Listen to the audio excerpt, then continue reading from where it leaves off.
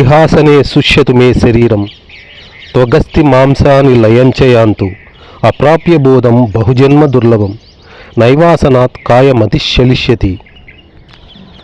గౌతమ బుద్ధుడు ఆత్మాన్వేషణ పొందటానికి తపస్సుకు కూర్చుంటూ, ఈ కూర్చున్న చోటనే శరీరం శోషించుగాక, చర్మము మాంసము ఎముకలు నశిస్తే నశించుగాక, బహుజన్మ దుర్లభమైన జ్ఞానమును పొందకుండా ఆసనం నుండి కాయం కదలదు అని ప్రతిజ్ఞ చేసి దీక్ష పట్టి సాధించాడట.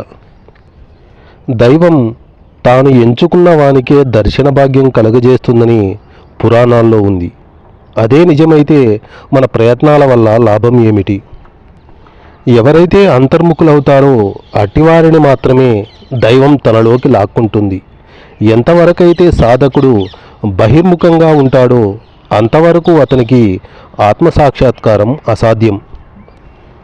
ఎంతో దుష్కర్మ మూటగట్టుకున్నవాడు కూడా ఎడతెరిపి లేకుండా నన్ను ధ్యానించినట్లయితే అతడు వెనక చేసిన దుష్కర్మల ఫలితాలు వెంటనే నశిస్తాయి.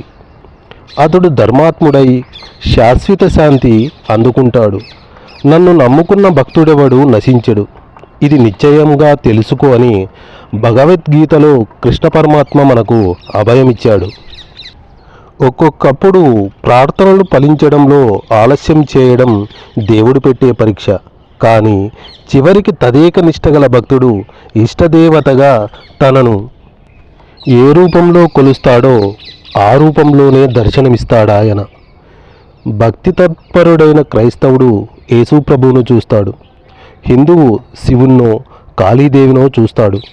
ఒకవేళ అతని ఆరాధన నిరాకారుడి వైపు తిరిగితే విరాజ్యోతిని దర్శిస్తాడు. మన లోపల ఏముందో అదే బయట చూడగలుగుతాం. మనకు దేవుళ్ళెవరూ కనబడలేదంటే మనమెవర్నీ లోపల నిలుపుకోకపోవడమే దానికి కారణం.